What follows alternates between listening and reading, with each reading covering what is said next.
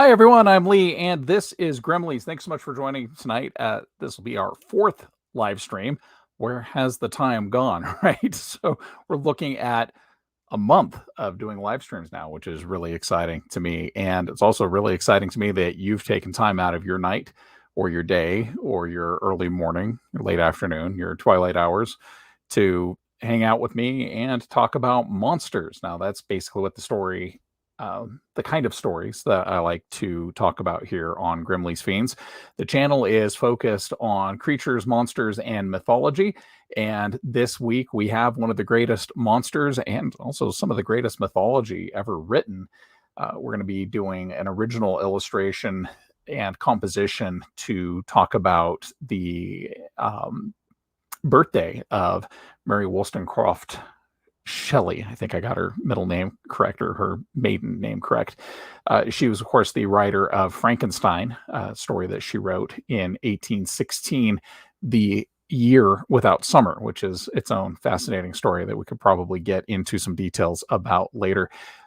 If you have any questions or comments, you want to just chat about anything, it doesn't have to be about monsters. It doesn't have to be about Mary Shelley or Frankenstein. It could be about whatever you want to talk about. Just leave me a comment and we can get to talking. The first thing here is the promotional art that I did for the live stream tonight.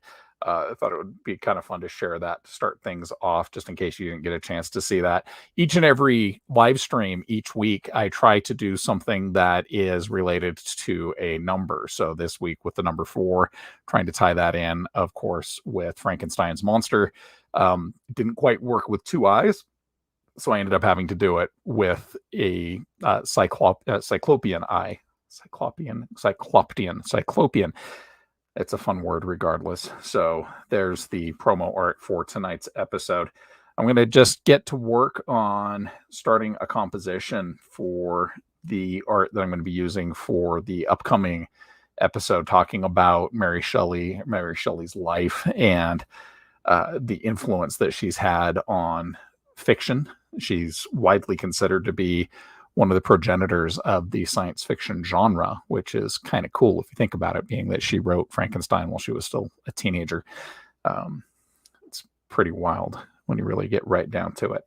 Again, if you have questions, comments, please just drop them in the comment section, and I promise I'll be paying attention. Really, honestly. All right. So the question here is whether or not I'm going to go with one of my standard drawings, or if I'm going to go with some of the perhaps tributary type drawings that I like to do every once in a while. Whenever I think of horror stories, I think of Mike Mignola, the writer and illustrator, creator of Hellboy. So there's a part of me that really wants to kind of do a Mignola-esque art piece here. So I'm going to debate that while I'm getting ready to do the composition.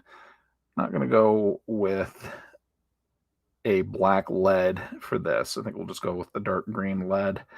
And let's get the 6B pencil. This is my new favorite pencil to sketch with. It's really been my best friend of late. It really gives you some nice chunky detail when you go heavy, and it has a good texture to it. So I really enjoy that for sketching. And the other nice thing is that you can actually do some good color work just on top of it. So I'll get into this later on, but one of my favorite things in the story of Mary Shelley and the history of Mary Shelley is her really kind of messed up relationship with her maybe husband, Percy Shelley, who was a poet and who encouraged her heavily to be a writer and to rise to the status of her parents, who were very famous literary forces in her own right. Her mom was a very, very early feminist, and her father was an anarchist and a political scholar of some renown, but also terribly in debt. Her mother died really early, actually right after she was born, so she didn't really know her, but she was influenced heavily by her life. Shelley was a huge fan, Percy Shelley was a huge fan of both parents, so he encouraged her to rise to their pedigree throughout their relationship. but he was also kind of a rampant womanizer. So it's really hard to say if he was doing that to encourage her or if he was just hoping to keep her distracted so he continued to chase women. So anyway, there's a recurrent theme, and I'll talk about this on the upcoming episode that we're going to do on the Shelleys, on Mary Shelley in particular. There's a bit to do with a heart, though, and it's pretty cool considering the grisly nature of the story of Frankenstein. A reanimate corpse stitched together from the remains of deceased people. So having a heart as kind of a central motif is fun. I enjoy it. So we'll have that. I may need to go smaller with that.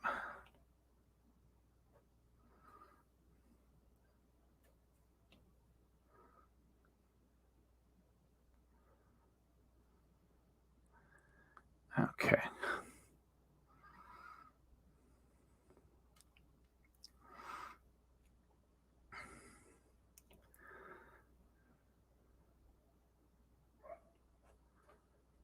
Trying to figure out how tall to make her, how prominent. I mean, she is the most prominent part of the story that we're trying to tell, so she should be the most prominent part of the drawing. So let's move that up.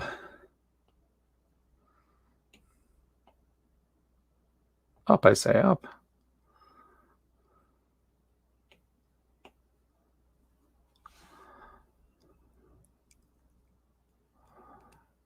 Just checking to see if I forgot to enable comments, but it's altogether possible that no one's here. So if you're watching later on, you're going to be able to thrill to the exploits of me talking to myself, which is kind of a dangerous thing for me to do. But if you really, really want to know a lot about late 1970s action figures, this might be a fun conversation for you to listen in on.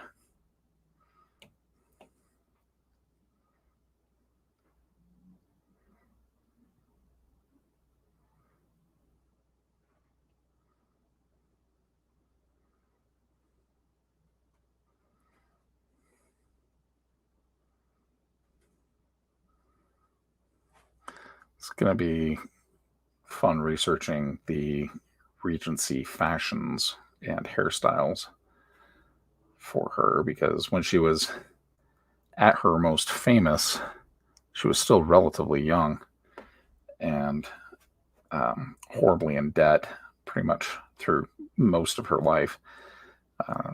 But she maintained the fashions of the era. That's one of the things I really enjoy, drawing that kind of stuff, drawing the clothing.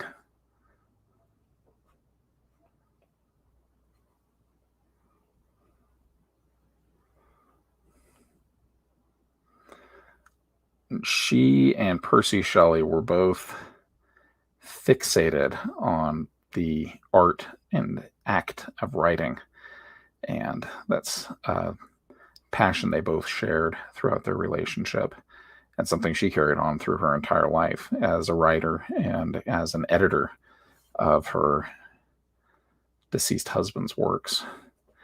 I think the hair is probably going to be more tied up than that. This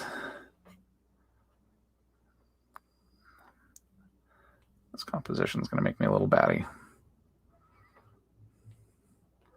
It's the magic of the digital age now, and that we can fuss around with these compositions until they work for us.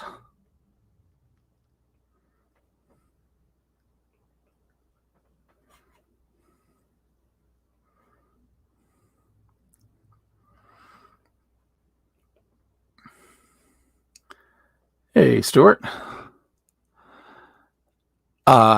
Yeah, great question. I've seen the Frankenberry that Mike Mignola sketched as like fan art, and I've seen the Count Chocula.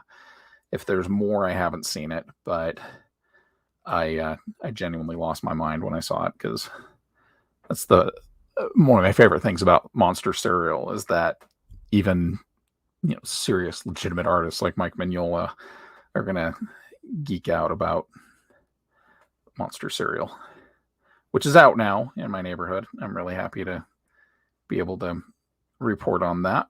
The 50th edition boxes of monster cereal are in our local stores, and one side of each box has the original 1969 box art on it. So, it's pretty fun.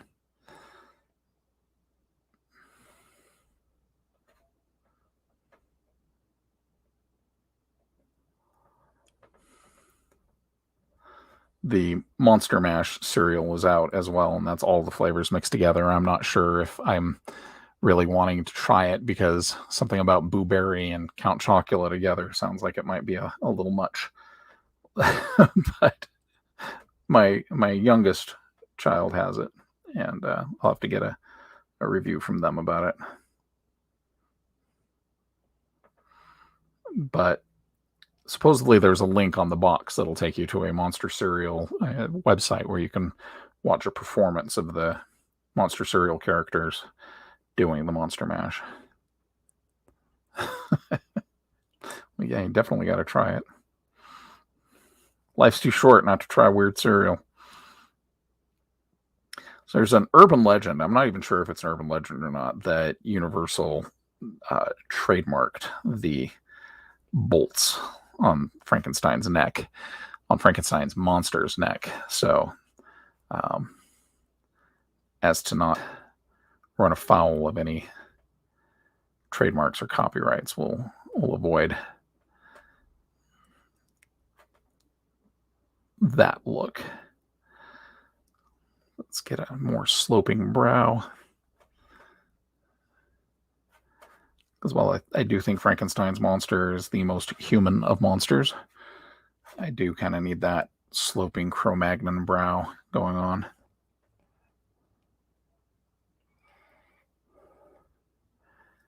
I think there would be more stitch work. There's so many terrible Frankenstein movies that have come out. And by terrible, I mean so amazing you have to watch them over and over and over again. So I'm going to definitely make this guy a patchwork quilt of donor parts.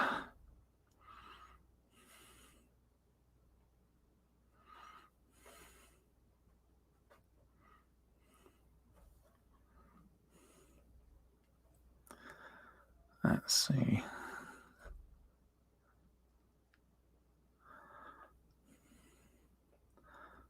I already have a feeling I'm going to go against my original idea to Mignola this one up, because I already feel too much detail to blackline it.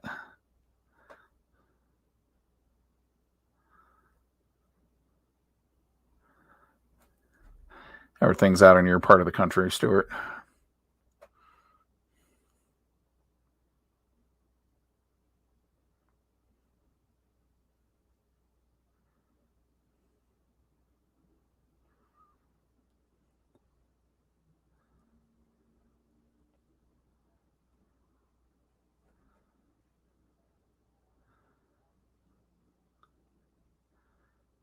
I had a fun interaction with a friend of mine today, and Tony Polson is a local artist, a really, really fun guy to know. And he does a series of monsters called Hand Over the Hero.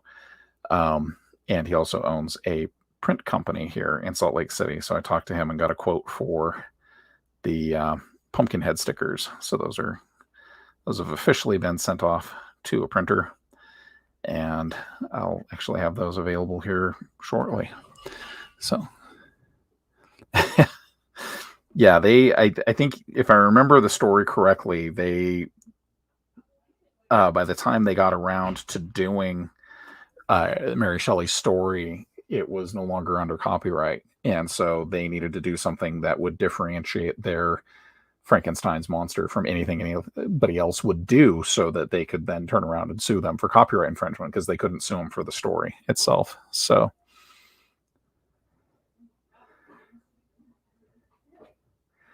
yeah, a guy I work with at work lives in New Orleans, and he got to experience Ada firsthand.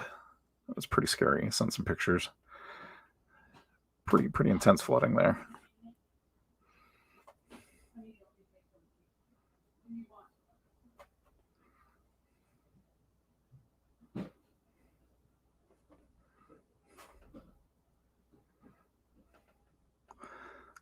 This is the part where I'm going to get a little bit goofy with the pencil work.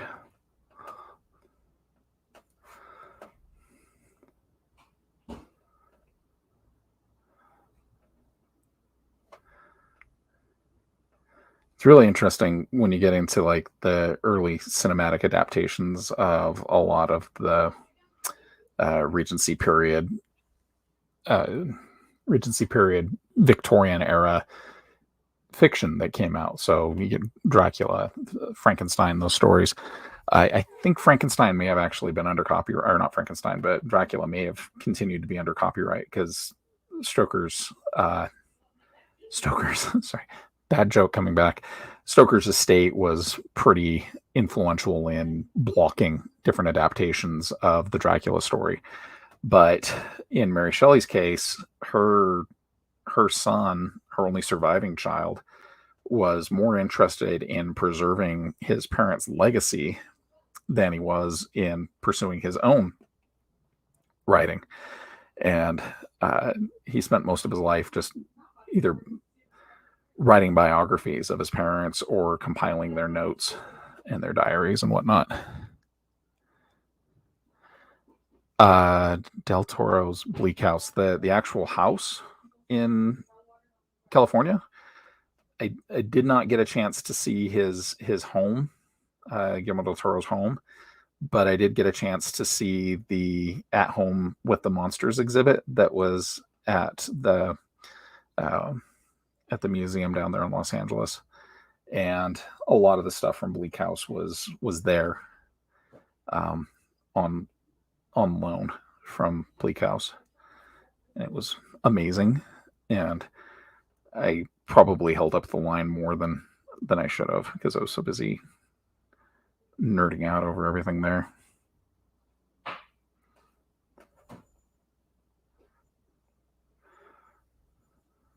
Let's get that cheek crease. Such a great collection. If you're not familiar with Guillermo del Toro's private collection, there's a book on Amazon. I'll link after the episode streams that it's called At Home with the Monsters, which is a photographic collection of the art that he had on exhibit at the museum in Los Angeles for the exhibition down there. And it's his personal collection. He has so many things, like the original wire armature from the first King Kong movie that's lost almost all of its latex and fur, but you can still see.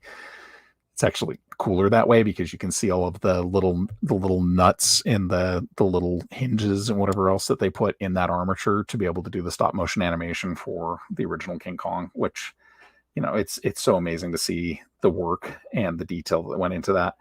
And then he has wax replicas of Boris Karloff in his Frankenstein costuming, and it's the original costuming. And then he managed to get a hold of the makeup chair that all the makeup was done in, and then he got the original costuming and a wax replica of the Bride of Frankenstein. And then he was like, well, this isn't complete, so he commissioned a wax sculptor to do a wax of the makeup artist who did the makeup for Karloff for the James Whale Frankenstein duology, the Frankenstein and the Bride of Frankenstein.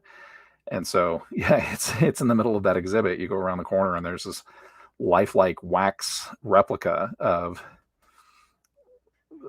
the Frankenstein's monster and the Bride of Frankenstein and the makeup artist applying their makeup. It's just so stinking cool.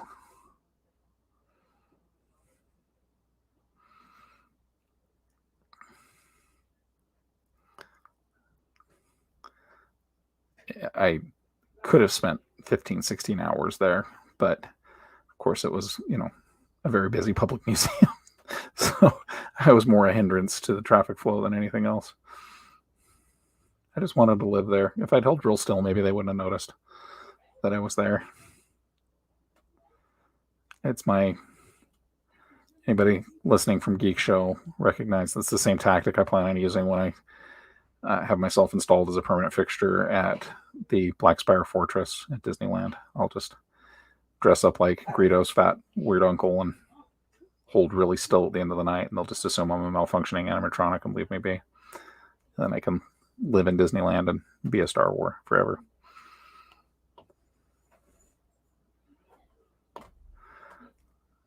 I keep selecting the eraser tool. It's really smart.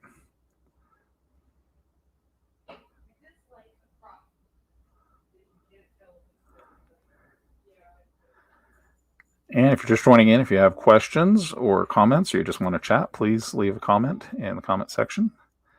And hopefully I'll be observant enough to notice.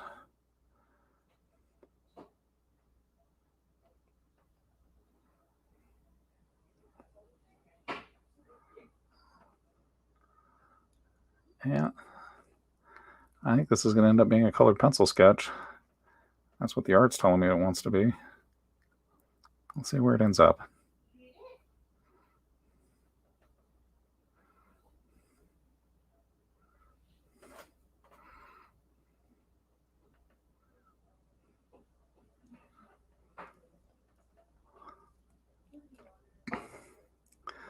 I'm doing some background research on the woman who designed the makeup for the Creature of the Black Lagoon. It was largely ignored by Hollywood, even though she pretty much not only created an iconic monster, but also, if the stories are at all correct, revolutionized the way that you make things out of certain materials. So that'll be a fun upcoming installment if you're fascinated at all with monster movie stories and behind the scenes stuff.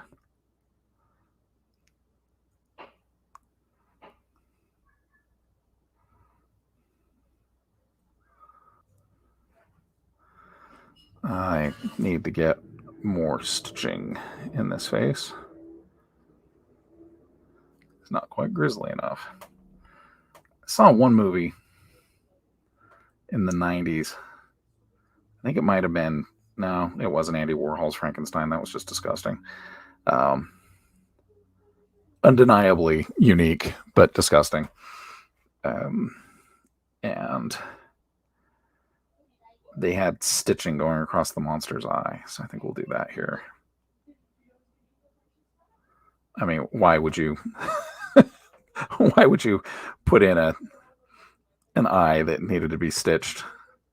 But it's fun for the design, so we'll go ahead and put it in there. Get some more eye folds in there.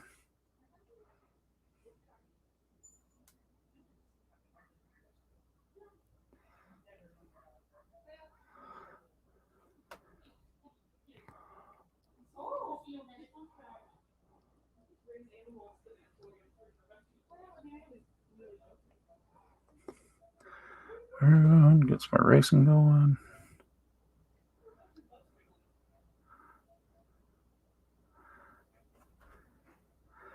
I'm just trying to think of all the terrible Frankenstein movies I've seen in my lifetime. There was it Frankenstein 2000? They had Raul Julia in it, and he was a time traveler who ended up in Switzerland during 1816.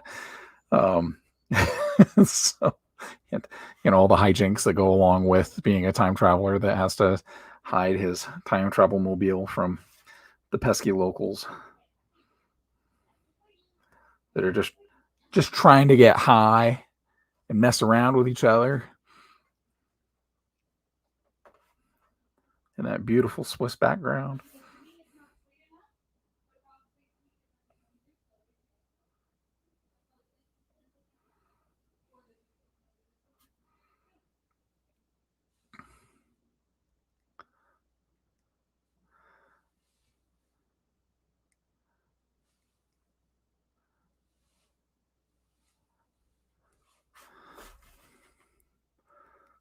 This would be a good place to put some more stitching. That's one of my favorite things about illustration is when you realize that you're going to do the grisly work in the least logical place in the world. Why would you have stitched lip. Why wouldn't you just get, perhaps an intact lower jaw instead of having to stitch this poor sap together across a really delicate seam? I mean, you think about it, doing a crude mortuary stitch across this part of the lower lip, there's really no chance of that holding. But it's fun for the character, and any chance you have to take some of the unexplored landscape on a face and do something with it that helps tell your story, helps propel the narrative that you're trying to tell.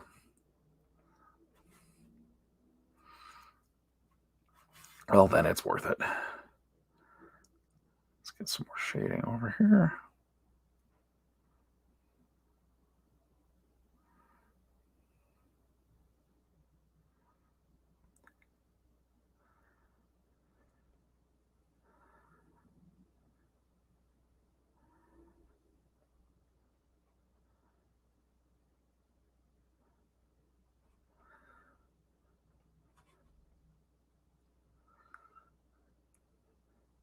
One of my favorite versions of the Frankenstein movie was Kenneth Branagh's.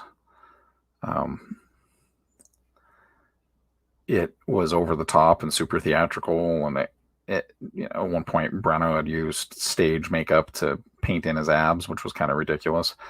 But still, the majesty of Dr. Frankenstein with his extraordinary abdominal physique, standing in the machinery of his steampunk lab as he reanimates the monster, was pretty cool. And having the monster emerge from collected vats of amniotic fluid was a nice little touch, because Mary Shelley had a lot of issues with motherhood and the desire to be a mother, and having so many of her children die before they even got past preschool age. Definitely had an effect on her as a writer, and definitely had an effect on her as a person.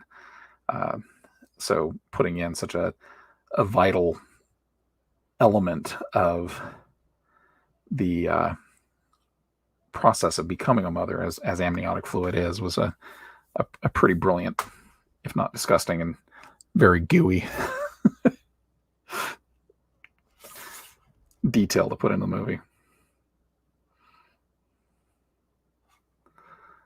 But I still think, when it comes right down to it, James Whale's Bride of Frankenstein, way back in the 1930s, is still the definitive Frankenstein movie.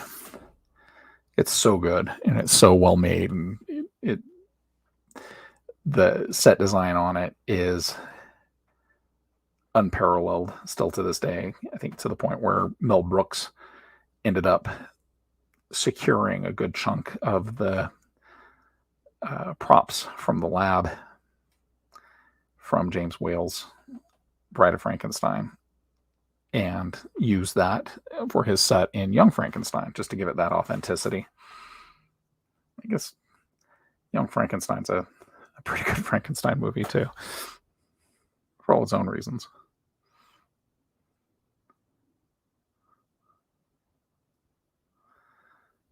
If anybody's watching along, if there's a Frankenstein movie that I am not talking about, or you think I may have missed, or one that maybe you think I need to see, please jot it down for me, because it's that time of year, as autumn sets in, that I want to start checking out some of those old classics again.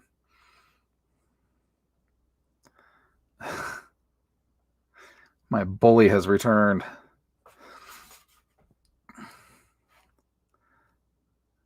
It's all right. I'm not going to act up. If I'm on your living room TV, that means that I'm on my living room TV.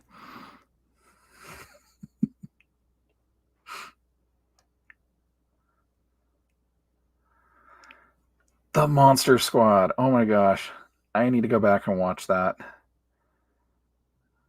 I think I saw it when I was a teenager, and I didn't want it to be jokey. I didn't want people to make, when you're 15, 16 years old, those things that you hold sacred are just too sacred for anybody to make fun of. So the fact that there was a, Wolfman has nards joke in the movie made me so mad. It's like, you can't do that. You can't. Those are sacred. They belong on a museum. But in hindsight, I should go back and watch it. I think it had Joe Johnston doing the special effects on it, or he might have directed it. And Joe Johnston's name is the first thing that pops up into my head when people talk about Monster Squad. So, and he's a phenomenal makeup guy, costume guy. He's a great director. So I should go back and check it out. Those nerds do belong in a museum.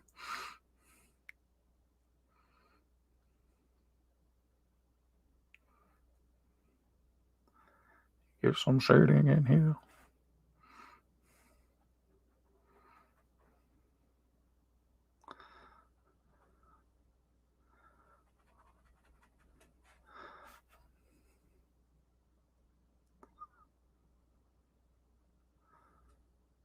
All right.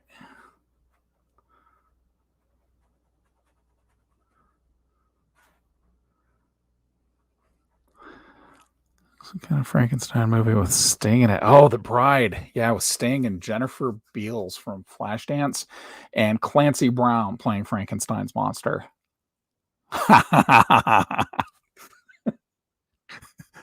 Don't ask me any pertinent, any like real questions of value, but ask me about, offbeat movies from the middle of nowhere. Yeah, Sting was Victor Frankenstein in that, and yeah, he needed to build himself he was supposed to build a mate for the monster, and instead he built Jennifer Beals, and he was so in love with her.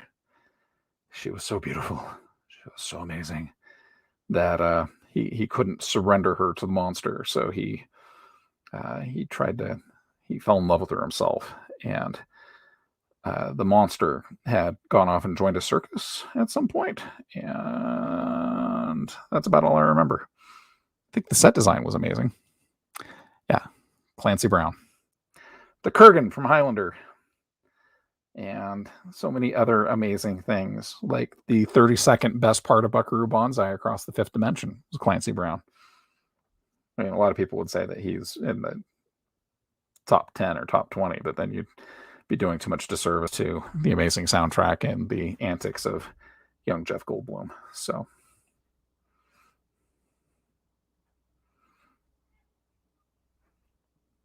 we'll get his bald head going. Yeah, I can't believe you brought up The Bride, Stuart. It's a classic. It's probably so slow and boring. Like, I'm so tempted to track it down and find it now. And if I remember right, there's just some really awkward scenes with Jennifer Beals, and Sting staring lustily at her in his Regency era finery. So, I still need to find that Raul Julia Frankenstein movie, because it was, and you say hot garbage. I'm pretty sure that the one with Raul Julia was a Harvey Korman movie, not a Harvey Korman, a Roger Corman. Harvey Korman movie would have been completely different, being as how he was just a comedian, right? I don't think Harvey Korman ever directed any movies, but Roger Corman, B-movie classic director. I think he did. I think it was Frankenstein 2000, if I remember correctly, and it was just terrible. So terrible. I watched it like 3 times. Different states of consciousness. I've just been informed that my wife is threatening to divorce me over Buckaroo Banzai, and little does she know that was worked into the prenup that neither one of us signed, that Buckaroo Banzai is eternal. Okay, good to know. Frankenstein Unbound. Thank you so much, Trevor. That is the I have to watch it. I have to watch it so bad. And Jay says that The Bride is on Vudu and Amazon Prime for $3. So for $3, not quite the cost of renting Chicago, you can watch Sting, Jennifer Beals, Beals. Is it Beal or Beals? And the immortal Clancy Brown in The Bride. That's going to happen now. Perhaps there's going to be a Frankenstein's monster viewing party going on. That could be fantastic. It'd be like the best day ever. Just play all of the terrible Frankenstein movies. Frankenstein Unbound. It's so god awful. Andy Warhol's Frankenstein movie is also terrible, but it's terrible for the reasons that Warhol was trying to push the envelopes of good taste. So you end up with a movie that might as well have been directed by John Waters, because he's trying to dissect what the primordial essence of life is. And I don't want to get in trouble with YouTube's algorithm here, but let's just say at one point, Victor Frankenstein has relations with an organ, an internal organ, the spleen. I don't need to go into much more detail than that. I think I got into all the detail, but anyway, it's pretty awful all around, all the way around awful. So that was, I think, what Warhol was going for. He had already passed over any relevance in his career as a director. It's like, I did my soup cans, now I'm going to do Frankenstein. Let's make it as disturbing for 1970s audiences as possible. These are audiences that were already getting, their senses were getting dulled because of Sam Peckinpah movies, where the original uber violence in cinema originated.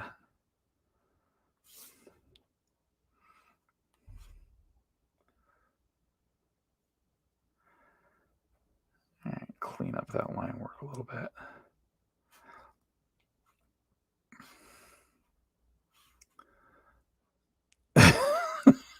Frankenstein's monster really is soup, if you think about it. He's the soup of so many people.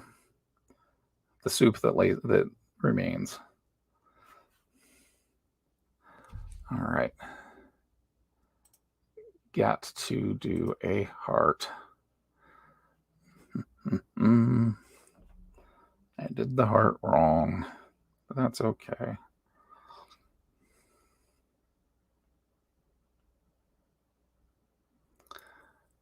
So the story is, I'll talk about it in more depth on the upcoming installment of Grimmleighs, where we talk about Mary Shelley. After she passed, and she died most likely of brain cancer. But it was, the mid 1800s, and there was really no treatment for it. I'm sure they could have tried to withdraw her dark humors or something along those lines. But when she passed, they found in her desk drawer quite a few things that were left over from her relationship with Percy Shelley, including the remains of his heart. That's freaking hardcore. And this is a dude who drowned while hanging out with some buddies, and his body was burned by his closest friends, and his wife is so hardcore that she's like, cut his heart out and give it to me so that I can keep it as a memento, as a keepsake in my writing desk. So imagine her kid, he's mourning the loss of his mom, and never really knew his father. And lo and behold, here's a human heart, all atrophied and preserved, sitting in your mom's writing desk. Considering her legacy that she left behind, I guess it wouldn't be too surprising. So it was. I will not have a Viking funeral. My plan is to wander out into the wilderness with a stick, and whatever eats me gets me. Hopefully that's still a few years away. 5 or 6 at least.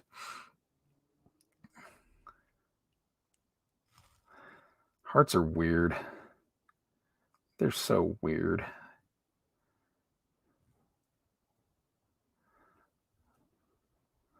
You really want to just exaggerate the hell out of them.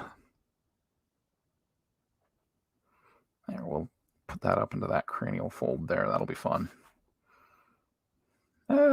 Smudge. Michael Beck has joined the room. Good evening, Dr. Beck.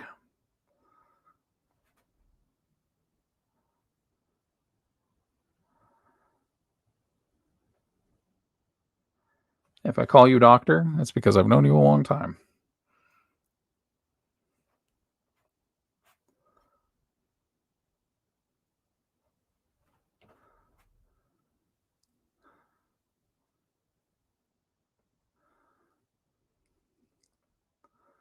It's just meat. Since you have to remember when you're drawing a heart, it's just meat. Enjoy the meat. All right, that's enough of that. It's too grisly. Too grisly. So the next step becomes the Regency style. Oh, yeah, that'd be cool. Okay, so we'll have her holding a sheaf of papers. See, when inspiration comes, you gotta let it hit you like a thunderbolt. Smack you right upside the head.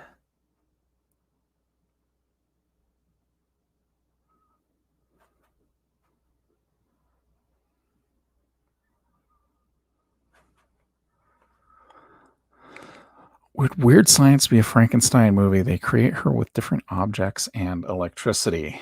She would therefore be a golem, which is pretty much the same thing that Frankenstein's monster is. He's a flesh golem. And I think the character from Weird Science would have been, well, they made her from a Barbie doll and I think a bra and electricity. So definitely inspired by Mary Shelley, of course. But then golems are, I think, Slavic and Russian in origin.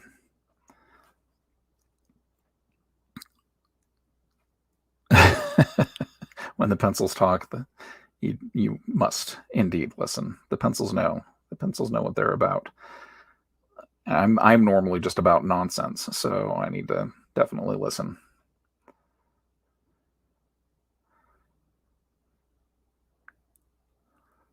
They wore bras on their head. It's been a long time since I saw Weird Science. I mean, if it's any indication, I hadn't even heard of Oingo Boingo yet. The last time I saw Weird Science, that was my introduction to Oingo Boingo.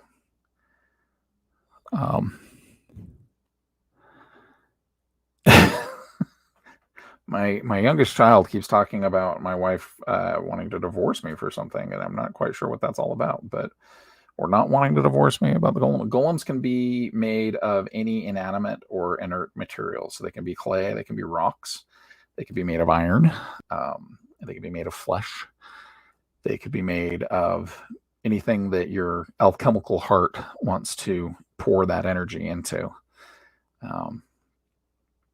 And they're really fun creatures. They're some of my favorite creatures. I think even you could think that you could maybe make a golem out of a pile of wood. If you had a bunch of chopped wood in your yard, you could lash them together and imbue some spark of animation into them. See where that goes. Could be a blast. I'm not saying that I'm an expert on golems, because I'm not, but it's a topic that I absolutely love.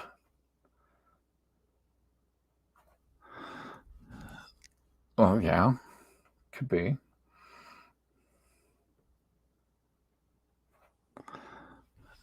Yeah, Groot.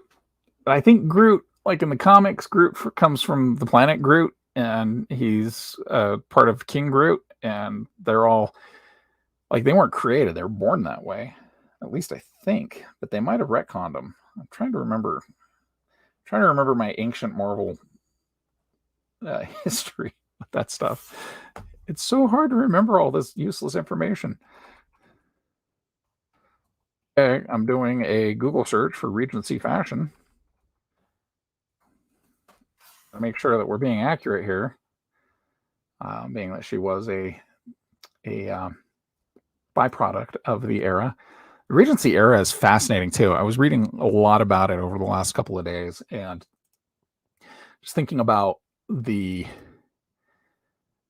act of George III succumbing to mental illness and his son, who was not at all interested in piety or church service or really even in being king. He just wanted to explore art and literature and philosophy. And so the Regency period ended up being kind of this rebellious uh, shucking off of King George's fashion and his way of going about life. So the people who came of age during the Regency period were quite rebellious. They really looked at different they looked at life differently. That was the birthplace of modern feminism, was during that period of time, and a lot of anarchic thought was coming about. And if things hadn't gotten so bogged down in the Napoleonic Wars and the after effects of the Napoleonic Wars afterwards, it's altogether possible we could have seen a little bit of a different side of England, because the morals of the aristocracy in England in the early 1800s up until the 1820s was a lot like the morals of the aristocratic class in the United States during the 1920s. It was pretty much anything goes, right? So, and Mary Shelley was just right in the middle of all that and heavily influenced by the modern thought of the period, which is amazing to think about, that just how much things changed and how drastically things changed during that brief period of time, and how quickly they slapped back right into the more prudish values of the Victorian era. Not to say that things didn't get wild during the Victorian era, but it was not anywhere near the same as during the Regency period. I am seriously going to panic just a little bit about the fashion here. Okay, so we're going to deal with sleeves, kind of a mid bicep glove with a little bit of frill.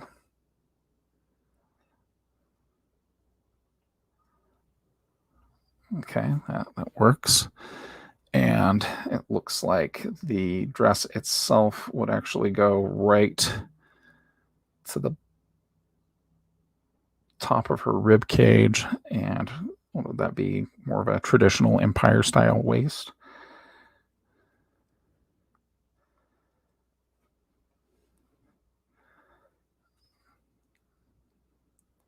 Okay. And then a sleevelet.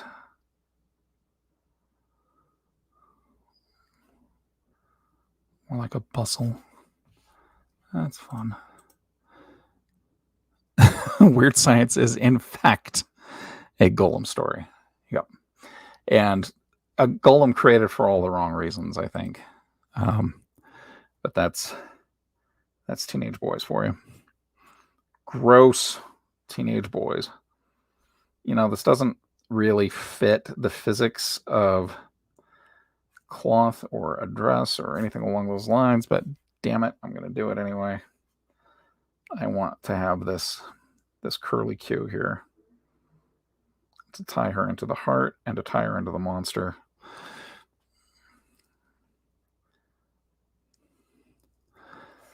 Let it really enjoy the textiles of the period. A lot of stripes, a lot of florals. It's a lot of fun.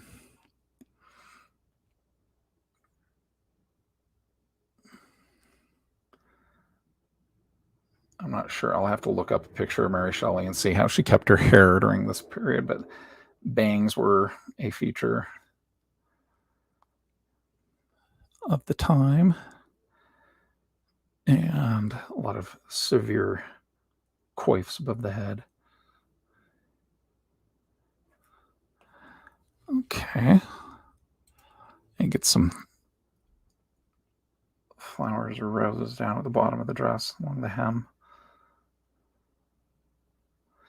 The underskirt wouldn't be pleated during this period of time, but I'm going to take some artistic license with that and go ahead and put that in, because this is my Mary Shelley Frankenstein story. Almost ended up riffing on Frankenstein's monster Frankenstein. Which, actually, now that I mention it, as I'm going through my huge list of all the great Frankenstein stories, David Harbour's Frankenstein's Monster Frankenstein on Netflix is a must-see. If you haven't seen it, you're just doing yourself a disservice, and your heart's sad, and you don't even know why right now. But it's because you haven't seen the greatest documentary ever filmed about one man's obsession with Frankenstein's monster. It's so good. I think that David Harbour should have won all the awards, all the TV awards for that. But I don't even know if it's a movie. I think it's only 30 minutes long. It is how he got into Juilliard. David Harbour just had a great photo shoot in GQ where he is wearing a phenomenal gray skirt with a gray jacket. And it's really quite cool. Very artistically done. But I'm a bit of a David Harbour fangirl, so don't get me started on that. I can't help it. He's a genius.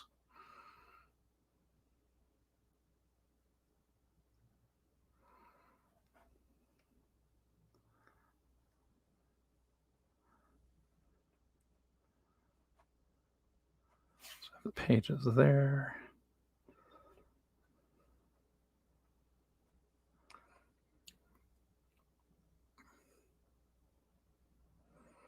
Get some ruins behind her because, how gothic would it be if she's not standing amidst the ruins?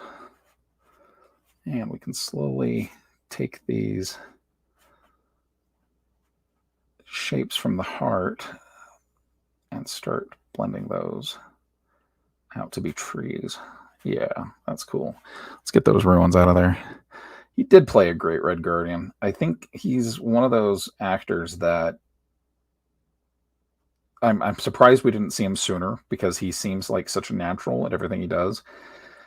But I think he had to hit the age that he is before he could be that actor. It's like Nick Offerman talks about when he was in his 20s and his first Hollywood agent telling him that she didn't have a lot of work for him now, but that when he hit his sheriff years, he would be busy for the rest of his life. And he didn't know what she was talking about until he got to be in his 40s. And all of a sudden he started getting cast to play sheriffs in just about everything. And, tough, manly mustache types. I think that's the same with David Harbour. And I'll also be honest, this might be heresy for some people, but as the world's #1 Hellboy fan, I thought David Harbour's Hellboy movie was a lot of fun. It bombed, and people actually missed a movie that was probably more faithful to the comics than, this may sound heresy, more faithful to the comics than the Guillermo del Toro movies. Because the Guillermo del Toro movies were not Hellboy movies, they were Guillermo del Toro Hellboy movies. That was his take on Hellboy, and not so much Mike Mignola's take on Hellboy, which is fine, because they were still amazing. Some of the greatest movies I've ever had the joy of watching. I love them so much. But Harbour's Hellboy is actually fun. It's got some great stuff. There's a fight with him and a monster that's just fantastic, because he gets knocked all over the place, like Hellboy should, like miles.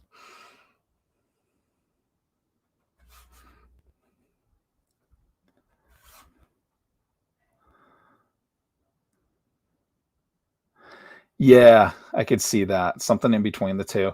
I think when you get into Guillermo del Toro's Hellboy movies, he made such tonally perfect films, and it was the introduction for so many people to Hellboy and to the Hellboy mythos.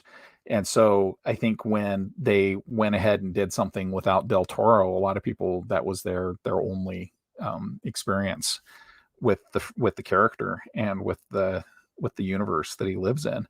And so sure, they got upset.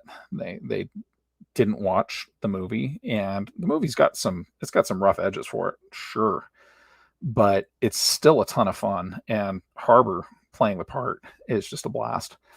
I'm not saying it's a great movie, but it's a great fun movie. So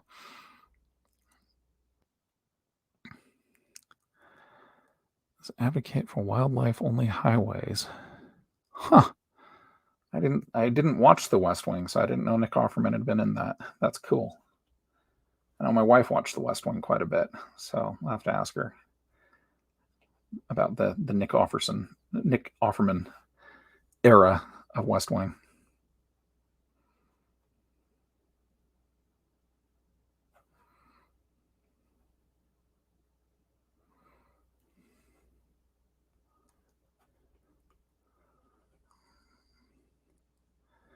And let's get some more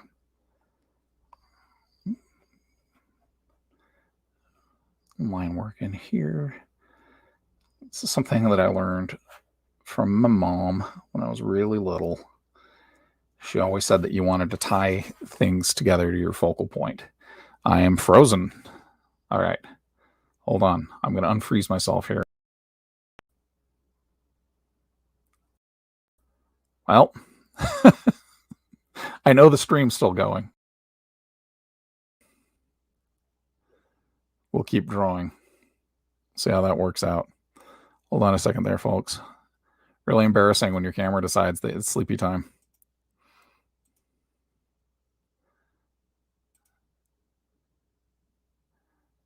Okay. What are we doing? Hey, everybody. Okay. I'm back. I may not have actually been gone, but to me, I was gone. To you, I may have just been a mystery. This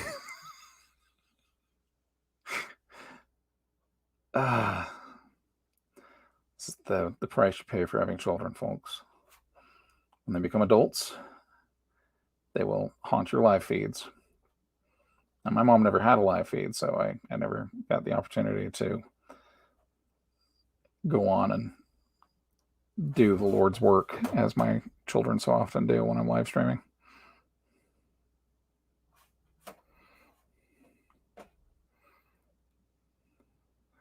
So they have the big block of cheese day. See, I don't know my West Wing. I need to go back and watch West Wing. I hear it's great. I know I'll enjoy it.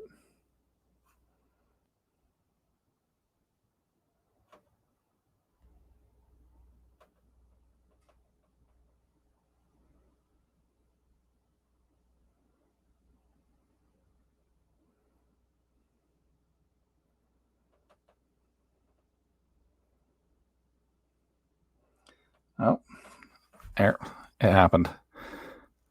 It happened. It's going to be, we're going to go for the Mignola-esque.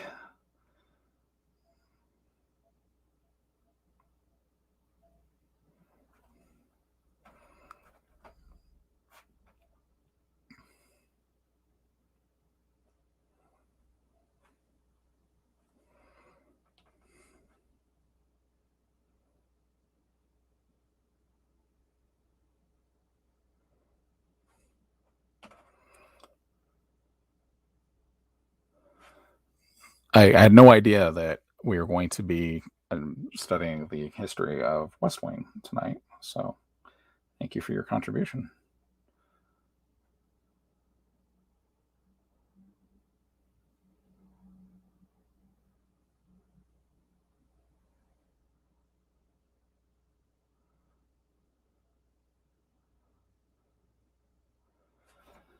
Let's get that.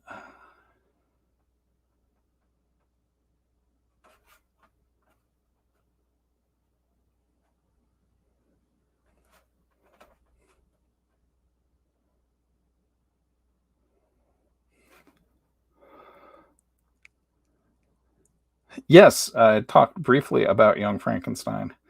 I do agree, actually, at one point mentioned that it may be one of the best Frankenstein movies because in order to parody something so effectively, you have to have loved it at its source. And of course, getting into how Mel Brooks had bought so much of James Whale's props and sets from the original Frankenstein movies from Universal, went so far to flavor that how the movie ultimately turned out, which is great. It really is one of the, I think it's not even just a great Frankenstein movie. I think it's just a phenomenally well-made movie for a comedy to go to such great pains to recreate those sets, to shoot in such a classic looking Bavarian village, and to do that level of costuming. That's not the kind of thing that I think a lot of filmmakers doing that type of movie would have subjected themselves to, right? It really is so beautiful. You look at the sets, you look at the costuming, and it's so funny. I can't remember the sheriff's name with the ratcheted arm. Just every time I watch that, it's one of those movies. I always rate a comedy by how hard my wife laughs. She has this supernatural laugh that will shatter any bad mood if you ever hear it, when she's truly delighted by something. And I'm talking holy grail level of comedy, right? And there's this particular just from the soul laugh, and there are times in Young Frankenstein where you will hear that laugh, and every single time it's that the guy with the ratcheted hand. I can't remember what the character's name is, but he's just so brilliantly done, and he's so funny. I can't think of that scene where they're playing darts without thinking of my wife laughing at that scene where they play darts, because it's so pure. It's also one of those laughs that it cleanses everything, right? If you're in a bad mood and you hear that laugh, you're all of a sudden in a great mood too. It's just so perfectly infectious. So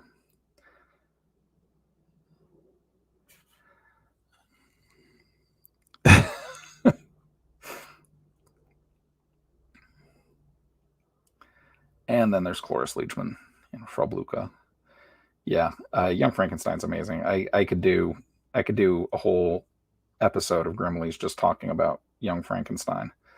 I have long maintained that part of the reason why Young Frankenstein works so well is because of Gene Wilder's involvement in the screenplay. I think he toned down the Mel Brooksness of the whole thing, because yeah, it's silly, but it doesn't go for the cheap seats as much as your typical Mel Brooks stuff does.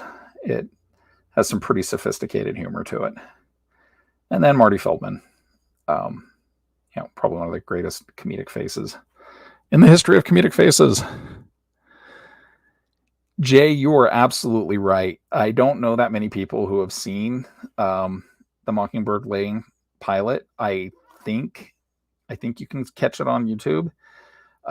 If you can, I will link to it. But yeah, Jerry O'Connell's Herman Munster was fantastic, and I enjoyed that so much. And Eddie Izzard's Grandpa Munster was some of the best casting ever. And of course, Portia de Rossi as Lily Munster. So good. And just the right kind of creepy. Now, what I am excited about, and I haven't seen any pictures from it yet, but we're hearing rumblings about it from the actual media sources that we listen to on Geekshow, is Rob Zombie's take on the monsters, and that he's not doing your typical Rob Zombie ultra grossness. He's actually doing a comedy, and that could be amazing. And I'm even excited about Tim Burton's Wednesday Addams series. Call me a sucker. I love Tim Burton. I think he has kind of lost himself to himself lately, but the idea of Tim Burton returning to something that he loved so much when he was young and trying to bring some of that sensibility to it all sounds like it could be amazing. And yeah, so those two projects have me pretty excited. But the Munsters was one of those shows that, well, and the Addams Family, actually, for that matter. Those are shows I did not miss when I was a kid. If either one of those shows was on, I was glued to the television. I loved everything about it. So cool and so earnestly morbid, right? And not even worried about the fact that, you know, there were full on devil worship jokes in the Addams Family series, and the Munsters was a little more wholesome, a little more of a family show, but it was still all just fantastic. I don't know why my wife says I'm a sucker. That's out of context, but that's okay. I'll get some clarification about it later. I am a sucker for a great many things, though.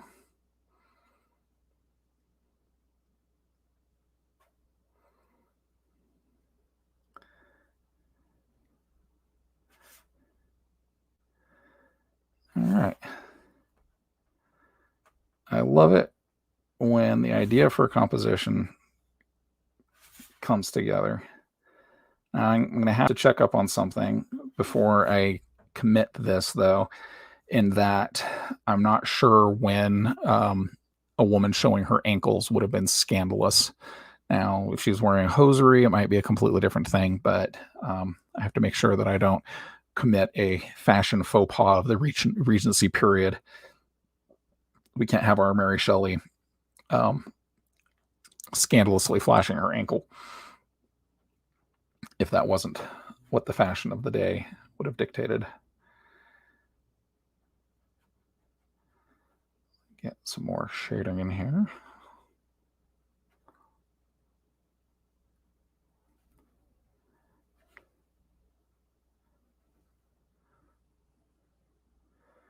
Yeah, I'm glad you brought up Mockingbird Lane. It was so good. So good.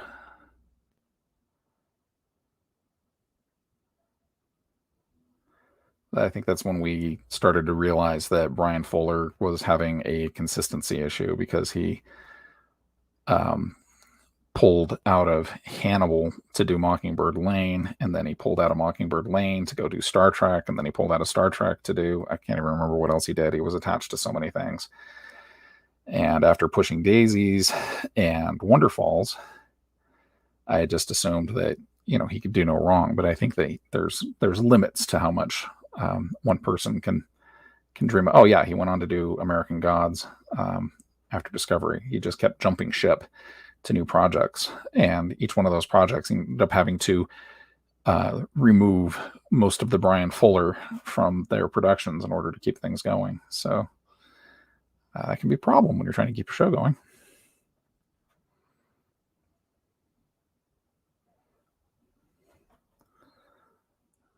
But there's some truth to it. I am a sucker for a lot of things. You show me something that fits in my wheelhouse, and I'm how to dress in the Regency. That is probably something I will end up doing off camera when I finish the art for the Mary Shelley recording. I'll do my homework before I commit anything. Because while we can take creative license with some things, you don't want to do something that a historian's going to look at and say, no, not the ankle. She may have been a bit of a libertine, but she was not a hussy. Though I think Percy was more of the libertine of the two. She talked the talk, but she seemed to be wholly dedicated to Percy Shelley throughout her life, even after he died. Whereas Percy Shelley was busy.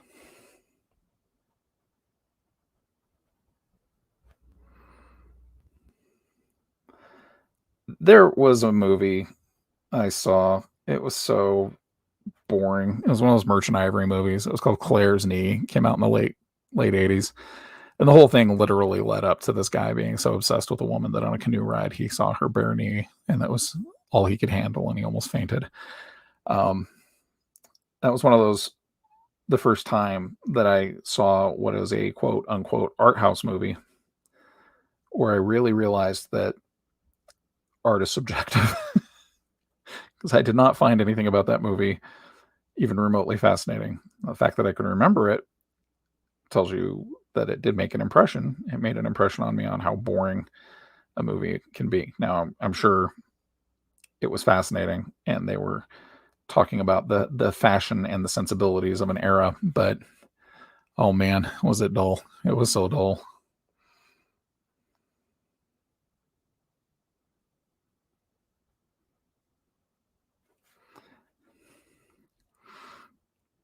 Well, if I'm going to go dark shadows on her, I'm going to have to go dark shadows on him. We just can't go middle ground on these things.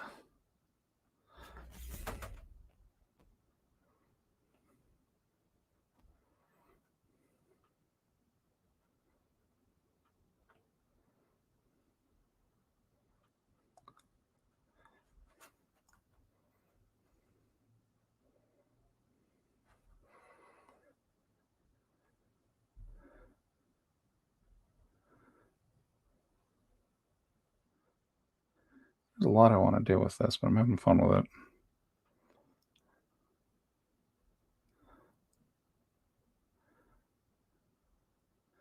That's why I like the 6B pencil so much on the iPad in Procreate, because it lets me do the obnoxious hatching that I always end up getting fixated on towards the end of a drawing.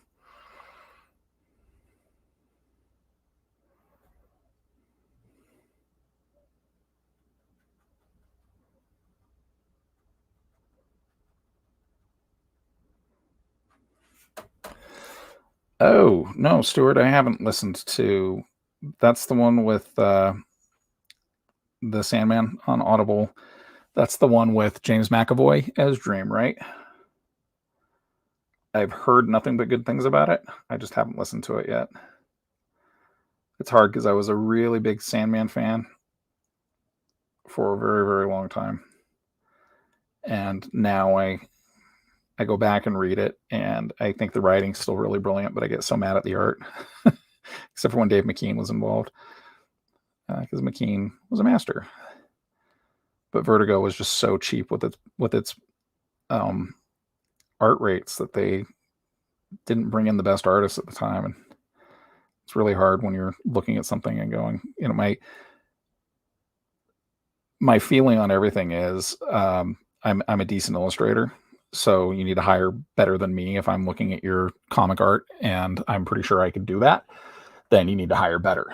And that's not me being at all vain about the whole thing. I don't think I can draw a comic book. I really don't. So when I see somebody who doesn't necessarily have the talent to do that, then you know that they were hired because they were fast and not because they were good, right? So that's just kind of how I felt about a lot of the early Vertigo titles. But when McKean got involved, the art definitely got better. It was still pretty slapdash, but it was better, and the covers were phenomenal. So that's for the better, for the positive.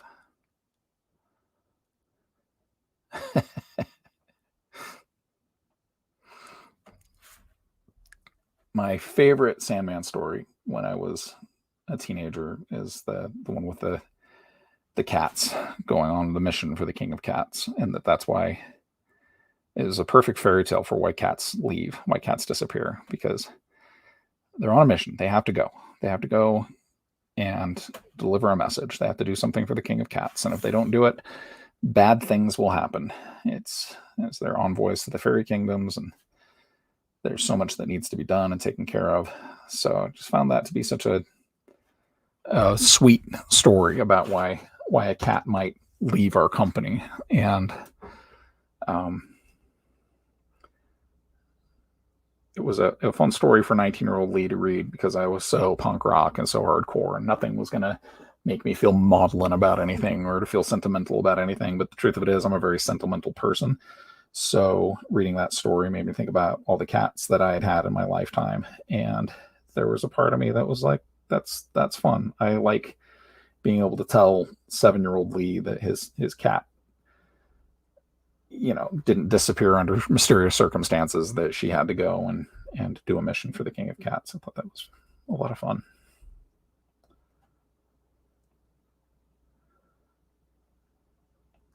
Gaiman's one of those writers that you meet people that don't like Gaiman, and they don't like the way he writes. They don't like his writing style, and I'm always kind of shocked.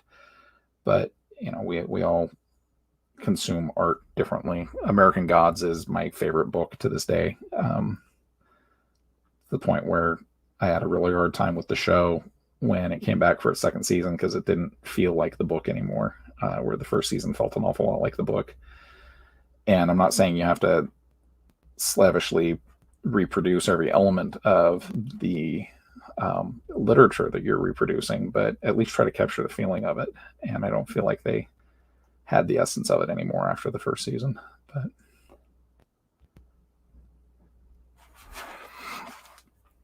yeah, comic art is a tough one for me too, Trevor, in a huge way. I think reading comic books is such a pure way to digest a story. And if you have that perfect writer artist combination, then you're going to be transported. You're going to go somewhere amazing. So that's why I really enjoyed Jason Aaron's Thor books that he did with Chris Bacallo, because I love Bacallo's pencils, and when he's got a really good inker, you're going to see some of the most fun line art that you've ever seen. And then Jason Aaron just had such a good time on that storyline. And then sometimes you'll get another comic where, or even worse, you'll get a comic with a guest penciler for an issue, because the regular illustrator had to take some time off and put their hand on ice or whatever it is that they need to do to recuperate. And you get some guest penciler in who's just like, they just can't cut it, but they're there to fill in for that issue so that they can get the issue out. And those are always my least favorite. So I always thought the work that Ryan Ottley did on Invincible was so good, because Ottley hardly ever took any time off. He just drew 100 some odd issues of a comic book, and that's unheard of in the industry. The industry. Sounds so funny to say it. The industry. I don't even know what the industry is. The comic book industry.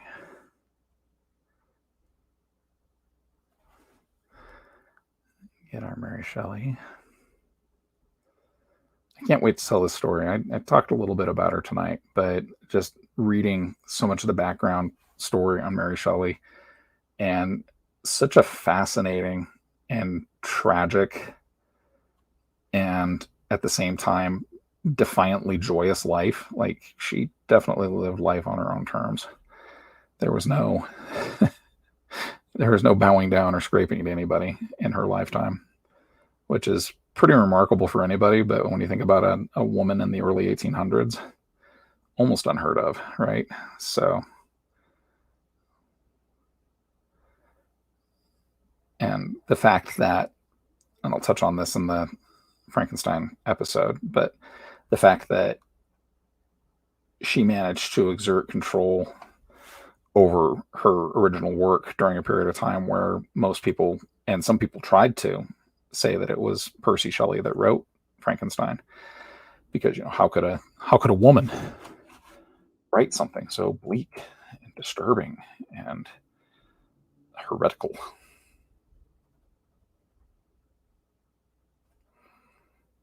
All right.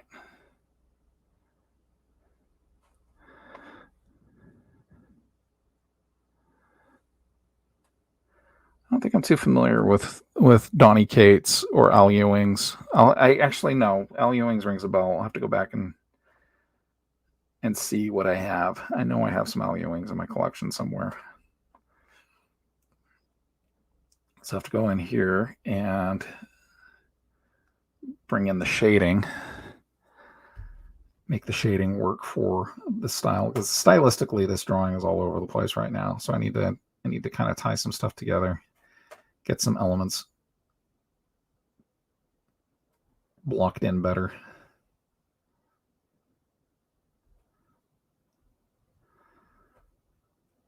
But it's very close to where I want it for the final art for the Mary Shelley story.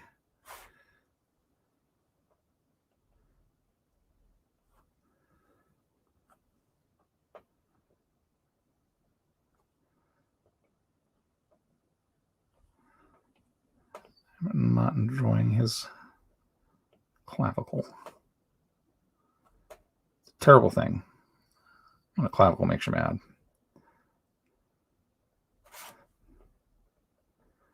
It's also not a clavicle. What is that? It's the point of the live stream where I start babbling about things that I don't remember the right names for.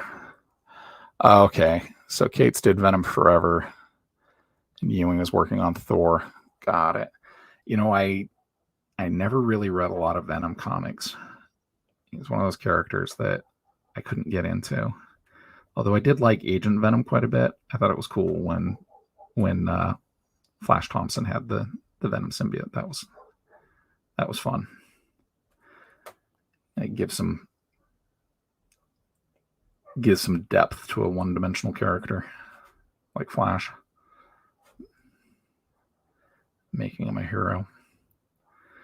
So what's fun with a drawing like this is even with it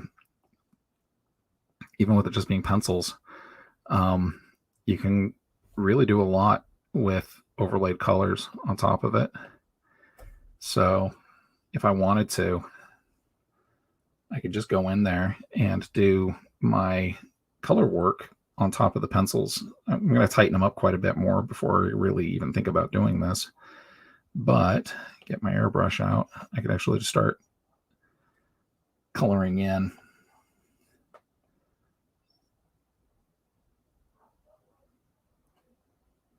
the character. And this is, I am 90% sure this is how Eric Powell does the Goon. He goes in and I think he just colors right over ink or right over pencils, because there's very rarely any ink work involved in what he's doing. And Powell's just one of the greatest living illustrators alive right now.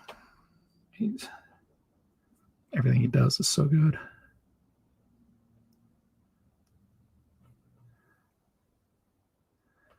Yeah, that could be fun. Just experimenting at this point.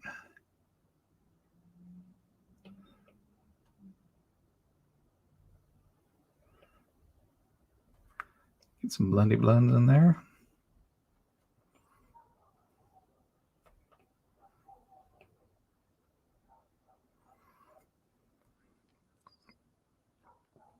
Okay, I'll have to check out the King in Black. I appreciate the recommendations, actually, because I tend to find a couple of artists that I like, and then that's all I will look at. So it was the biggest problem I had when I went through my Chris Bacalo phase is I just read nothing but Chris Bacalo comics, and that can be pretty limiting because there's some other people out there that do some great work. But when you really just love the style of somebody's artwork, it can be really hard to branch out to other people.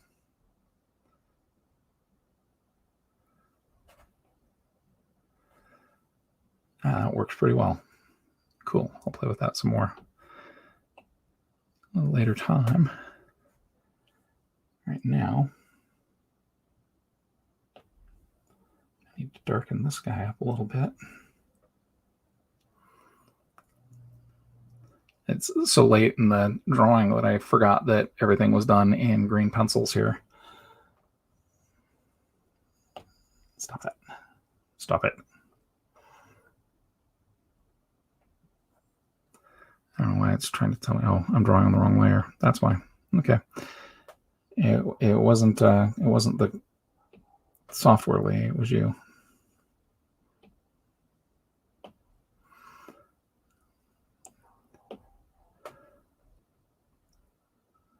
I love it when I start making mistakes. That's when I can tell that I'm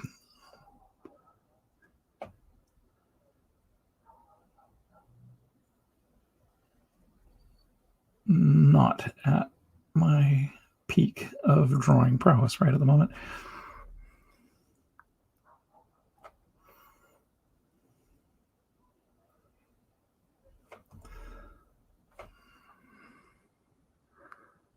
All right, so I think that's the blocking. That's the concept for what I'm going to use for the final video on Thursday. What do you folks think? Yeah, it does. It reminds me of, and thank you so much, Trevor. It reminds me of like the old creepy comics that they did back in the EC Comics phase in the 60s and 70s when it was, guys like Bernie Wrightson and some of the other masters of the black and white comic genre. I think a lot of times they did such good primal work with black and white that anytime they added color to it, it was just an afterthought because the line work was so strong. Well, thank you guys. And everybody else watching. If you are watching and you have not yet subscribed, I should give you a little incentive to do so. I'll be doing live streams every Tuesday from 7 until roughly, it'll probably be about 8:30, 9 o'clock Mountain Time. And then every Thursday, I will have original content, usually based around mythology, myths or mythology, monsters, or magic. And this week, we'll be talking about Mary Shelley. Next week, I'm doing a story of Vasilisa, who is a Russian folk hero who had quite a dealing with the Baba Yaga. So I'm excited. It'll be the first Baba Yaga story that we do here on Grimmleighs. So please make sure you join in for that next week. I'll be doing the same thing as this week, where I'll be blocking in the concept art on the live stream that'll end up being used on the story segment. So works out pretty well for me in that I'm not sneaking away to draw during the middle of the day for the Thursday night stream. So that's that for the pitch. And I'm sorry I haven't been the most eloquent conversationalist tonight. My brain's just a little bit hammered, but hopefully my Tarzan-like grunting into the microphone for the last hour and a half hasn't been too brutal for anybody to suffer through. So thanks so much for tuning in, everybody. And again, I appreciate all of your support and your encouragement as we talk tonight about Mary Shelley and her great literary accomplishments. And we'll get into more detail about that here in a couple of days on Grimmleighs Fiends. Thanks so much for tuning in. Take care.